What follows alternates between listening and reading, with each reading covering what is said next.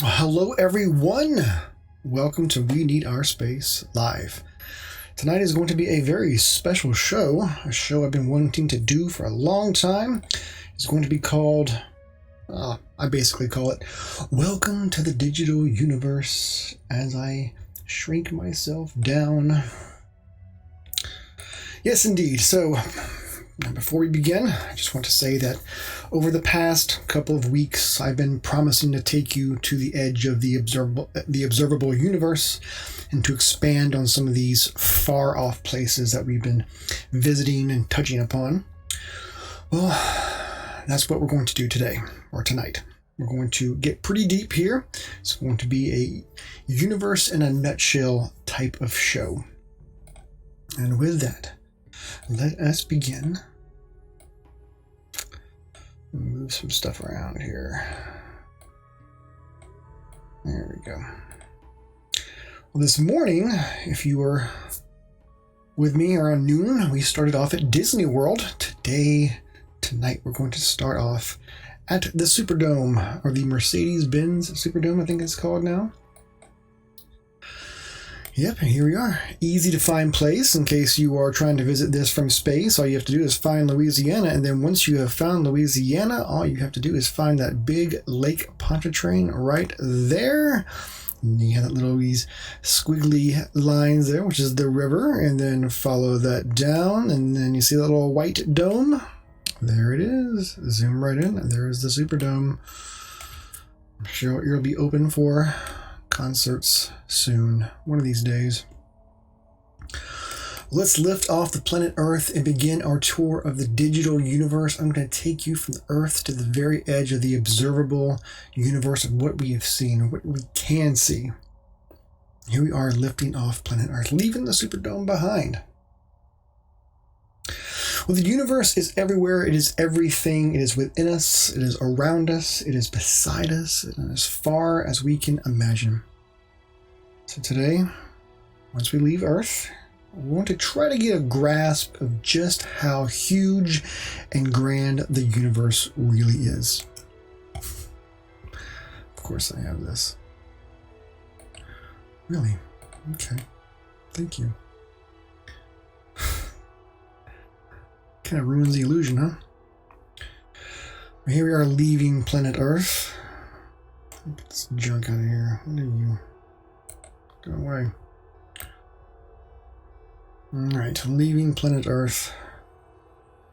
My little spaceship inside my house here. There we go. There's our little blue marble planet Earth. As we get out here, let me line ourselves up with the orbit lines. So that is what we are seeing now. We are seeing the orbit lines of the planets. And whenever I move through space like this, you can now get a sense that everything we are seeing and everything that we are going to see relies on us and our point of view and how we are aimed directly at Earth. So Earth is going to be our center of interest at all points. We're going to be constantly pulling back from that one little point right there. Okay. So let's leave our solar system now. Take a look at it up above. There's Earth. There is the orbit of our moon. We will soon pass our sun.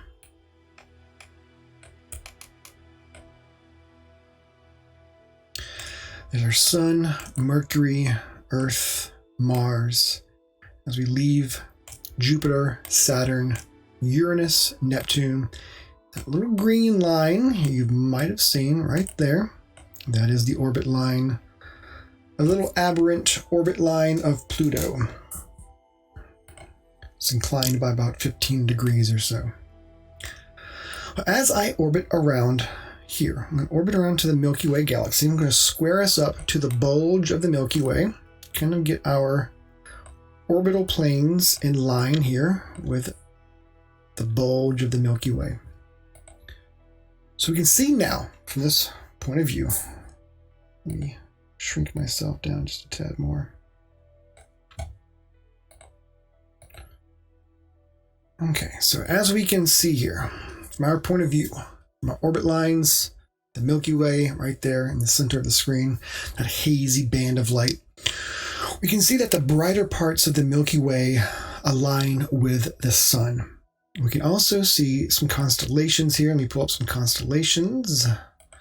We can see how the constellations of our zodiac constellations, the red constellations here, you have Sagittarius, you have Scorpius. Let's orbit around a little bit more. You'll see how these zodiac constellations reside along the path of these orbits. This is called the path of the ecliptic. Come around here because I want to get to Taurus, right there, right by Orion. That is exactly where I want it to be. All right. Well, it may seem small out here right now, but let's take a minute to see where we exist in relation to the sun. So let's pull in a little bit more here. So there is our sun, that blue line there, that is Earth. And the distance between that bright point of light and that little blue line there, where we are, that is 93 million miles. So we are on Earth, 93 million miles away from the sun. And light in a vacuum travels at a speed of about 186,000 miles per second. So if you divide 93 million miles by 186,000 miles per second, you get a number that is roughly about 8.5 minutes. And that is the light travel time from the sun to the Earth. It takes light from the sun about 8.5 minutes to travel the 93 million miles to reach us here on Earth. Now that speed, as tremendous as it sounds, the 93 million miles from here, from where we are looking at now, it seems tiny compared to the view of the entire solar system. That little space there is. It seems so tiny. I'm going to pull out a little bit more. I'm going to turn on something here.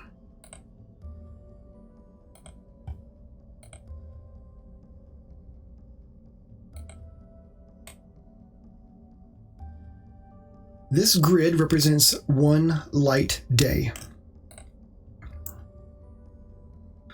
So turn on the one light day grid. This is the circle our planets take here. So this is how far light can travel in one day. As I pull out more, I'm going to turn on another grid, which is the one light month grid. So if you've been following me, you probably know that that is how far light can travel in one light month. So by the way, the entire solar system itself, its entire width, the diameter of the solar system is about 8 light hours to traverse if you were in some speed of light car. Now, that means if you took 3 of our solar systems and laid them end to end like 3 dinner plates on a table, you'd have 24 light hours, or the radius of the first grid that we just saw. Now, at 1 light month away, we begin to see the true radiance of the sun. This is how our sun should look 1 light month away. I'll turn off these grids here to see. Looks pretty bright. Turn that back on there. But I'm going to pull away a bit more. So as I pull away more, I'm going to turn on the 1 light year grid. And you guessed it, that is how far light can travel in 1 light year. Now at this point, let me turn off the constellations for a second. There we go. Now at this point right here, I'm going to turn on something else. This 1 light year grid up, I'm going to turn on something called the Oort cloud. I like the Oort cloud. It's also called the Oort sphere. I prefer the Oort cloud. Sounds a bit more poetic, but the Oort cloud is a sort of gravitational definition of what the sun can hold on to. Our longest period comets reach out into this realm, this sphere. So we can see comets coming in from great distances. The edge of this sphere, this cloud that we're depicting here, is 10 light months out. So 50,000 Earth-Sun distances. So if you want that in miles, just take 50,000 and multiply that times 93 million. That is the radius of this sphere you see here. Turn off these distance markers for a second.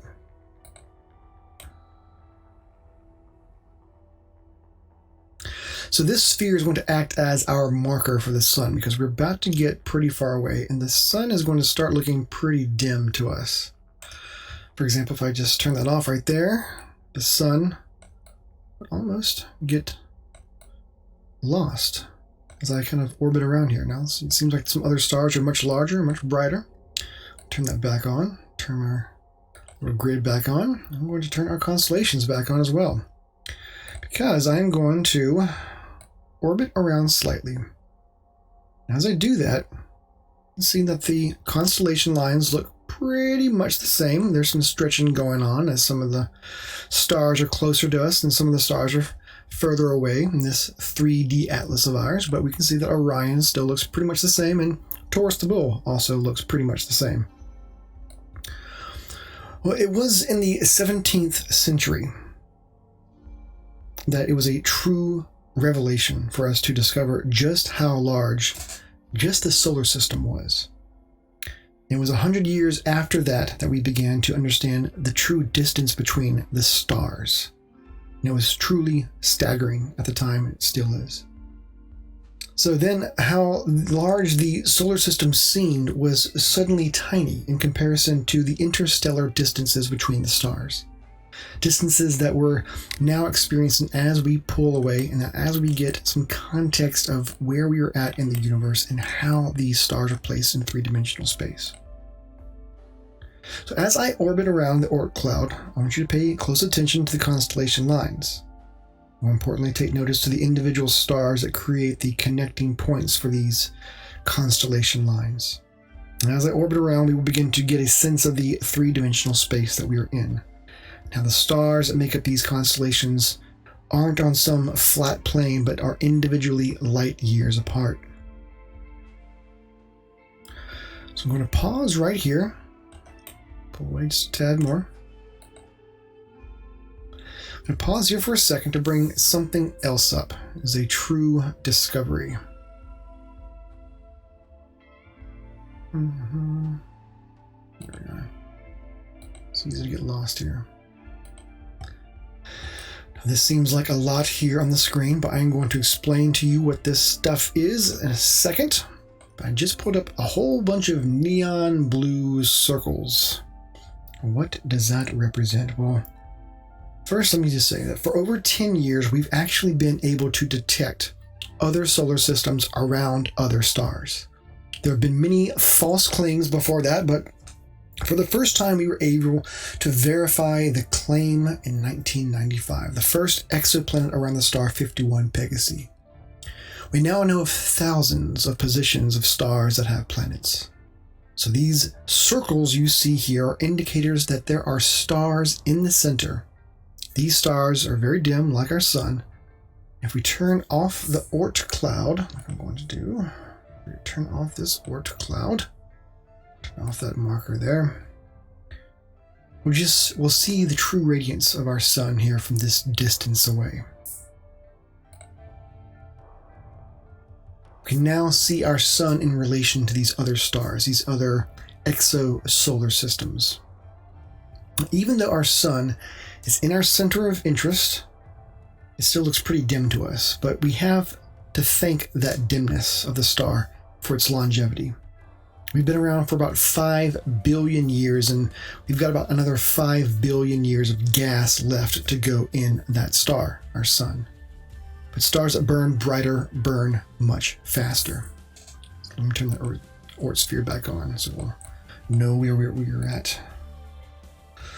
Okay, well, we have the Oort sphere back on now. And now what we're going to do is we're going to pivot around to see the constellations in 3D space. We're also going to get a sense of depth with all these exoplanets around us. Because every circle there is a circle of a star that we know has at least one planet. Now at this point, I'm going to turn on another sphere. We're actually inside this sphere right now. I know this is a lot on the screen, but I'm going to simplify it in a second. So I have I'm right here intentionally because I wanted to be right by Taurus the Bull. So I'm going to pull up the star names because I want to be right by Aldebaran. So you do see my cursor on the screen? Yes, you do.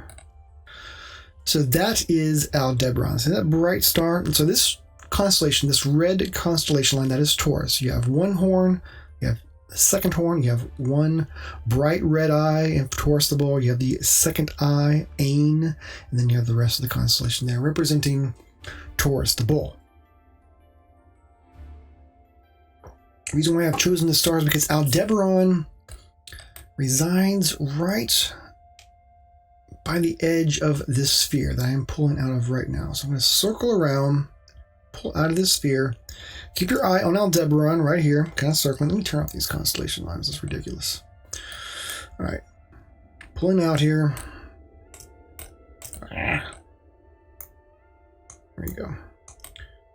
So, okay. There's Aldebaran right there. Keep your eye on that circled star of Aldebaran. So I'm pulling out until I see Ain right there.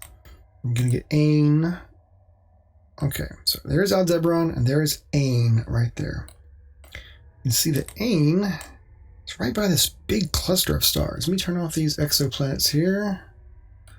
Okay. So as I orbit around, you'll see this sort of cluster of stars. Get into that in 1 second. Turn these exoplanets back on. Okay, now we know where we're at. So you have Aldebaran, and you've got Ain. So now you know what I'm talking about when I talk about it. So just outside that bubble by Ain, you have the Pleiades cluster. That is the cluster of stars I was just talking about. The Pleiades is 150 light years away from us. And hopefully my picture is not blocking that. No, it's not. All right. Pleiades is 150 light years away from us. Now, Aldebaran is a red giant that we see in the constellation of Taurus the Bull. That V shape, it is the eye of Taurus the Bull. Now, Aldebaran is 140 times brighter than our star, the Sun. So why are we concentrating on this sphere? Well, this sphere is showing us how far our radio waves have traveled since we began broadcasting about 90 years of broadcast history. It was in the late 1930s our planet became radio bright and we started to broadcast signals. Now, the nearest star cluster to us is some 150 light years out. It's right there, right by Ain, the Pleiades star cluster. So we can pause here for a second and we can take a look at Ain, which is the other eye of Taurus. And we're going to turn our attention back to the radiosphere right here. We're going to go inside the radiosphere and we're going to see all these planets. Let me turn off the labels. We're going to see all these planets, all these solar systems that have been washed over in our radio signals.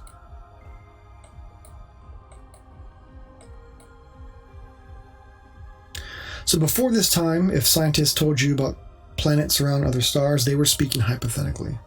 They were not speaking from data. Now we have compiled over 4,000 exoplanets that we have now since discovered. And some of those are in this radiosphere. But once we are inside this sphere here, we can see all these stars, all these exoplanets, all these exosolar systems here washed over with our radio signals. Now the question is, has anyone heard these radio signals? Has anyone detected these faint signals? Well, we don't quite know. All right, let me find Ain again in Aldebaran.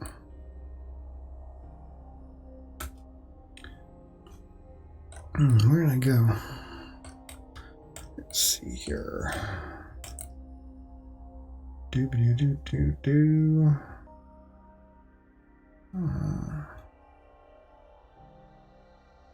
see. There it is. There's Aldebaran. There's Aldebaran. Back out a bit more. There it is. Right there. Okay. Because when I pull out further, there's going to be another star cluster. I'm going to talk about this right in that path.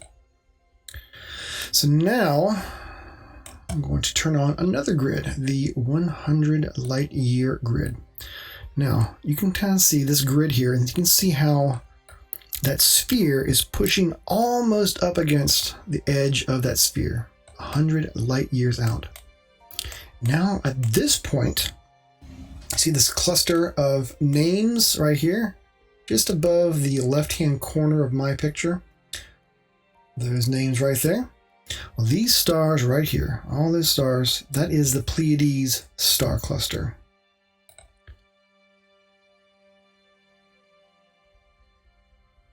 This is 444 light years away. Let's pause here for a second. And the Pleiades are known as the Seven Sisters. These bright stars right there. Named after the 7 daughters of Atlas. 444 light years away. They're individually, these stars are brighter than the stars of the Hyades because they are a younger cluster. In this 3-dimensional atlas right here, we have a way of measuring just how far this star cluster is out.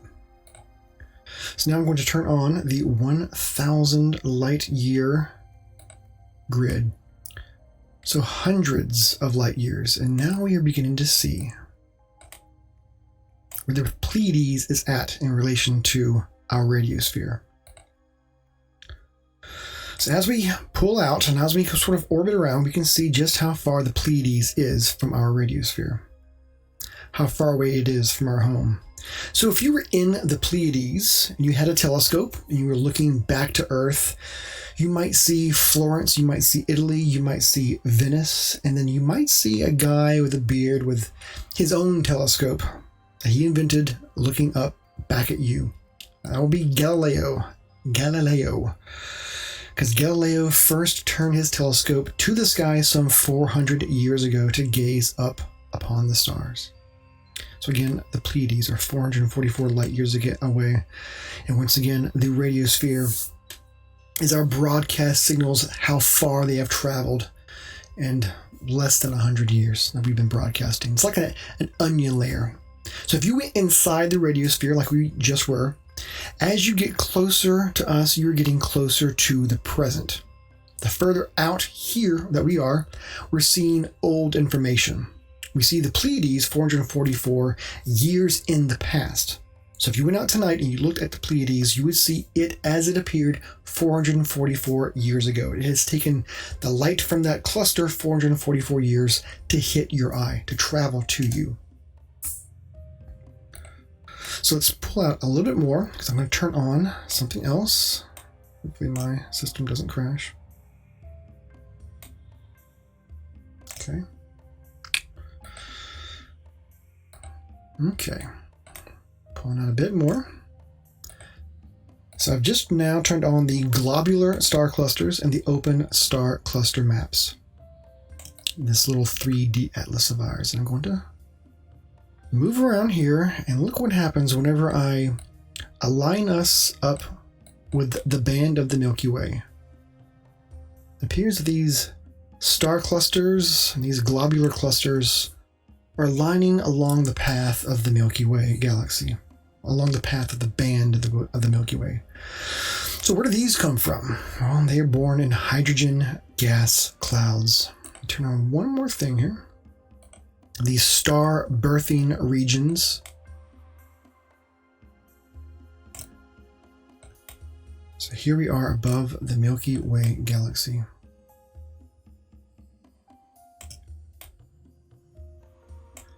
So see how these regions line up along the path of the Milky Way band. Take a look at these blue, yellow, and green dots here. So here we are above our Milky Way. At this point, I'm going to pause to do a little bit of cleanup. This does look a little bit messy, so I'm going to turn off some things here. Don't necessarily need to see all this stuff. I'm going to turn off the grid, but I'm going to leave on the radiosphere.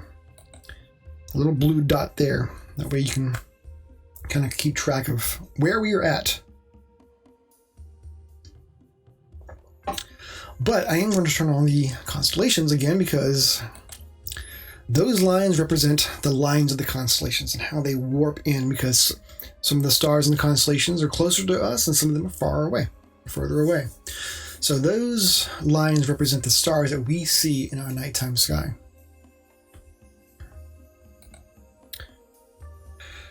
So let me turn those off now that you have some context for that. I'll just leave out the radiosphere.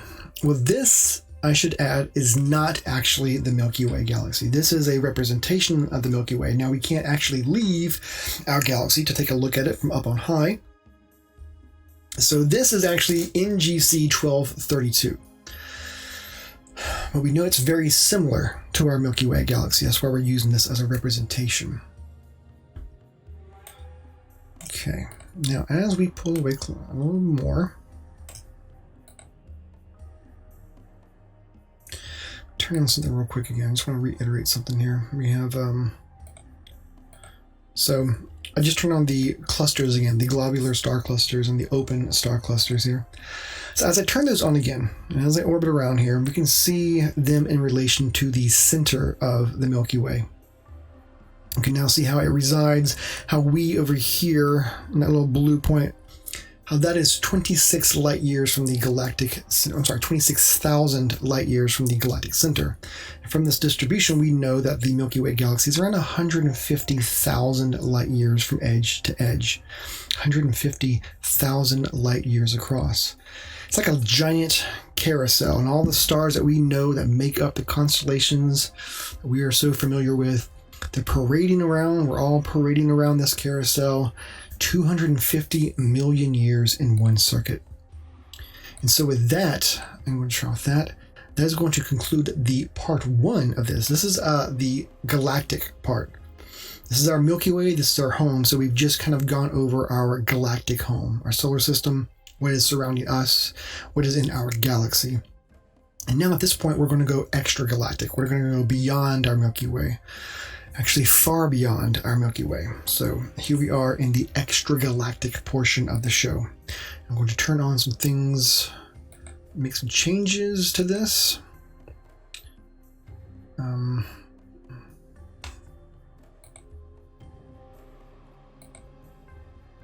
Yeah.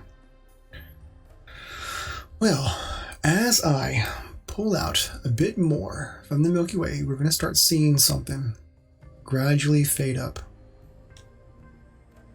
We now see that our Milky Way has some companions coming down from the bottom of the screen there.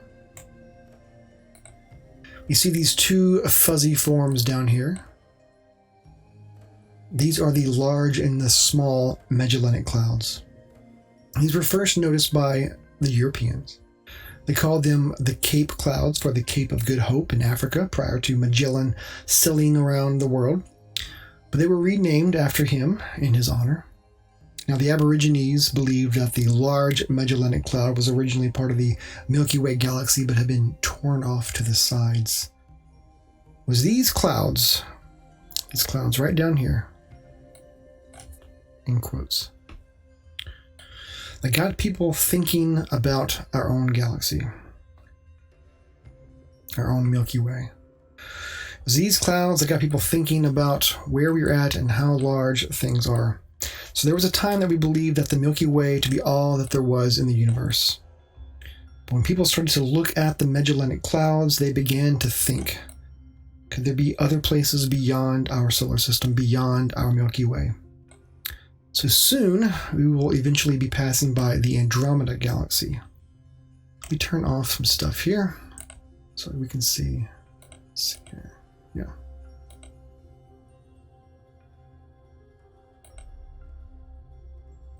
Let me put up a grid here.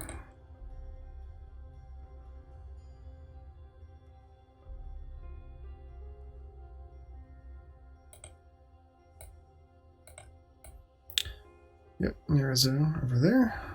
Got a circle around here for the Andromeda. I'm going to pull out.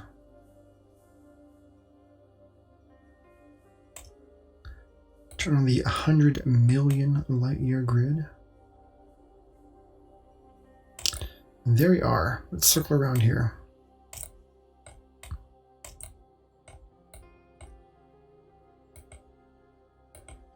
Help if we had some names. There we go. Okay. So just turn on the 1 million light year grid to get some context of how far we are out.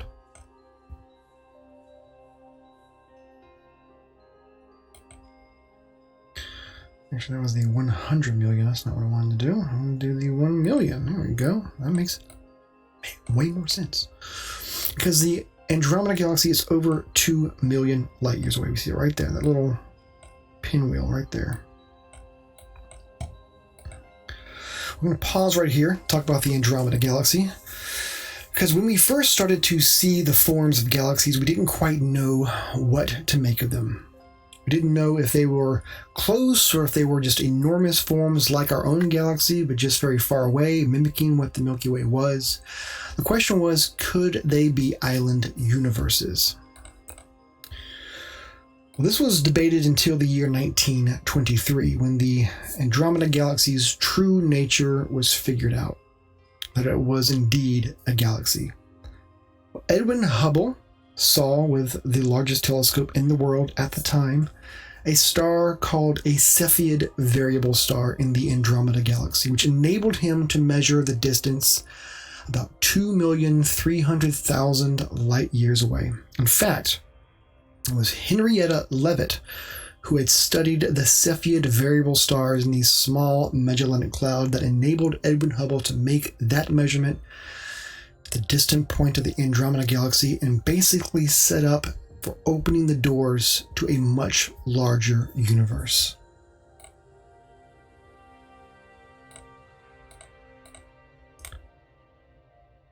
Now I'm going to turn on the 10 mega light year grid. Mega light years, 1 million light years.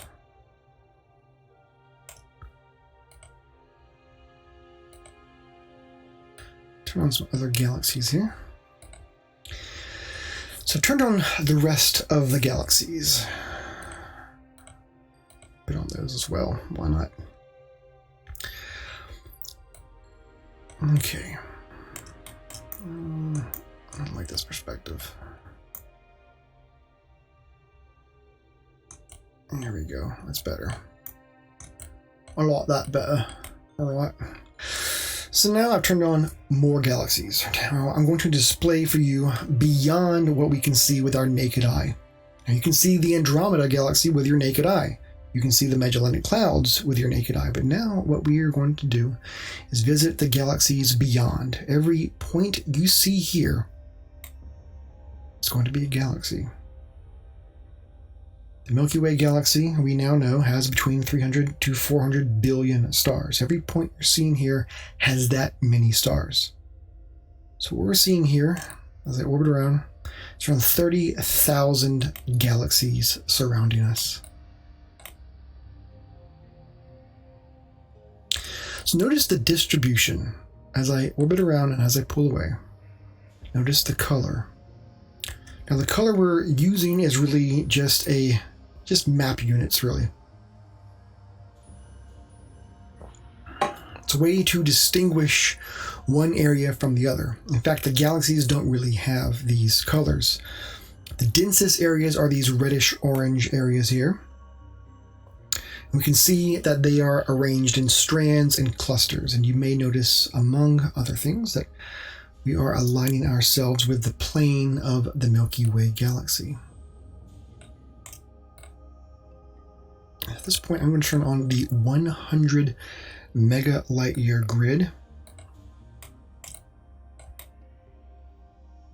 100 million light years. That grid spans there. So as we look along the plane of the galaxy, which is this grid right here, as we look along that plane, you will notice a lack of galaxies. You can start seeing how there's a space here at the bottom, a space here at the top. Well, this is an observational effect because we sit in our Milky Way galaxy and we see stars in the band of the Milky Way, and we also see dark dust lanes that block our view of what's beyond. The band of the Milky Way actually gets in our way, and astronomers call this the zone of obscuration. It doesn't mean that there is an absence of galaxies there. It's the fact that there are galaxies there. We just have a hard time seeing them. Now remember, the Andromeda Galaxy is 2 million light years away. The Magellanic Clouds are about 160,000 light years away. So the light that you would see from the Magellanic Clouds, the light that would be touching your eyes from those points of origin, you would be seeing light that left around the time that Homo sapiens were first walking the planet Earth. And likewise, the Andromeda, if you were to see the Andromeda Galaxy, about 2,300,000 light years away. If you look at Andromeda with your naked eye, you are looking at light that left when we were the Australopithecines walking around in Africa. Well, I'm going to put this in a bit more of context here. I'm going to turn off everything except for the local group. So we just have this grid. I'm going to zoom in real quick here. And now we're seeing just a few galaxies. There's Andromeda up there. There's our Milky Way right in the center. So we belong to something called the local group of galaxies. This is about 50 galaxies in an area of about 10 million light years across.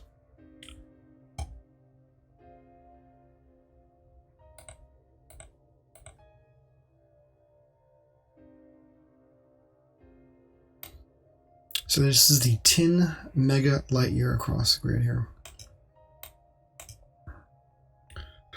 But that is not all. I'm going to turn on some other things here.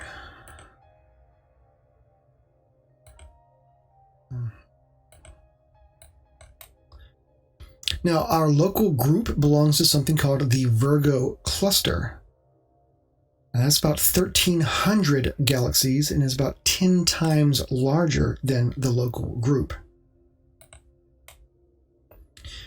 Now, the Virgo Cluster is part of something called the Virgo Supercluster.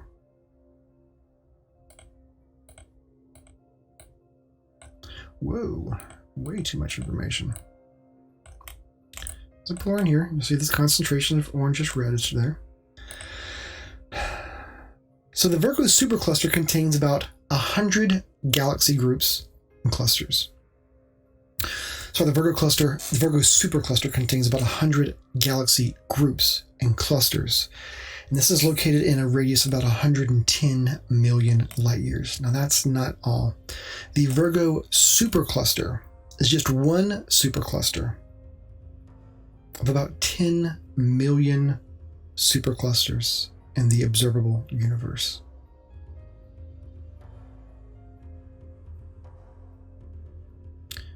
Get out to about 4 gigaparsecs here. I'm going to turn on something else. I'm going to turn on the quasars. So the quasars are the brightest things that we can see. They are active galaxy nuclei. Now, we believe that they are galaxies in the formative stages. When they create a supermassive black hole, there's still enough gas around in the process. The black holes eat the gas. And it's a very bright phenomenon. So we can see them much further out. The quasars are the furthest things we can map. We're seeing out to the depths that are around 10 to 12 billion years in the past. As I orbit around here, I'm going to turn on the 20 giga light year grid. Now from this point here, oops, not too far. So at this point, beyond this, we have to ask a question. Where did all this come from? Right here is a good place to get a perspective on this question. Some 40 billion light years from home that we are about to reach. This is the 20 giga light year grid here. So if the universe is expanding, from whence and from what did it expand? There are two theories to this. There is the solid state theory, and then there is the Big Bang theory. The Big Bang theory seemed kind of crazy at the time, suggesting that the universe kind of created itself, but there is evidence for it, and it can be found. Something called the cosmic microwave background radiation. Now, this was first observed in 1965. This sort of psychedelic colors you see here. Let's turn off these grids. Just take a look at the galaxies that we have here.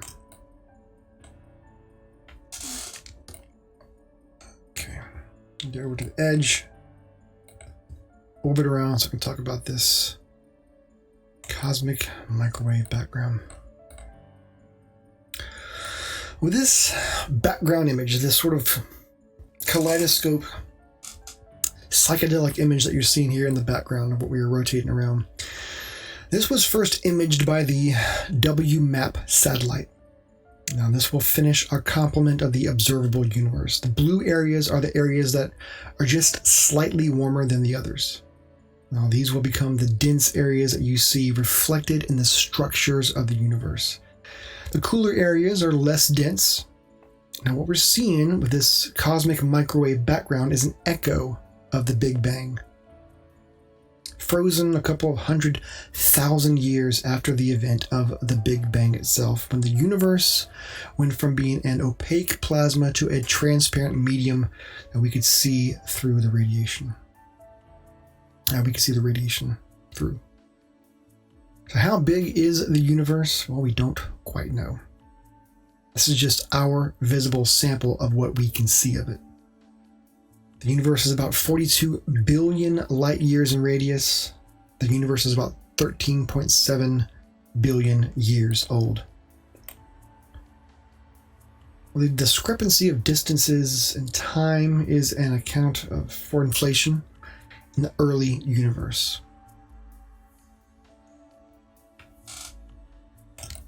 This over slightly.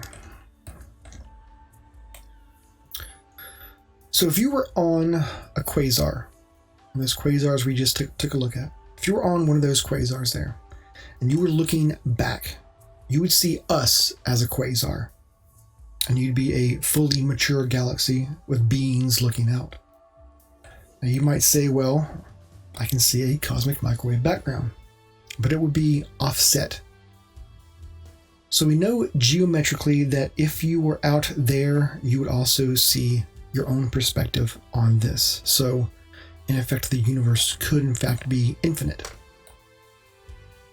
Before I end this, I would like to thank, again, Carter Emart and the Open Space for providing me with this software and the tools that I'm using to do this tour today. I saw Carter give a speech on this many years ago at a conference, and kind of blew my mind, and I hope I did it justice with this information here.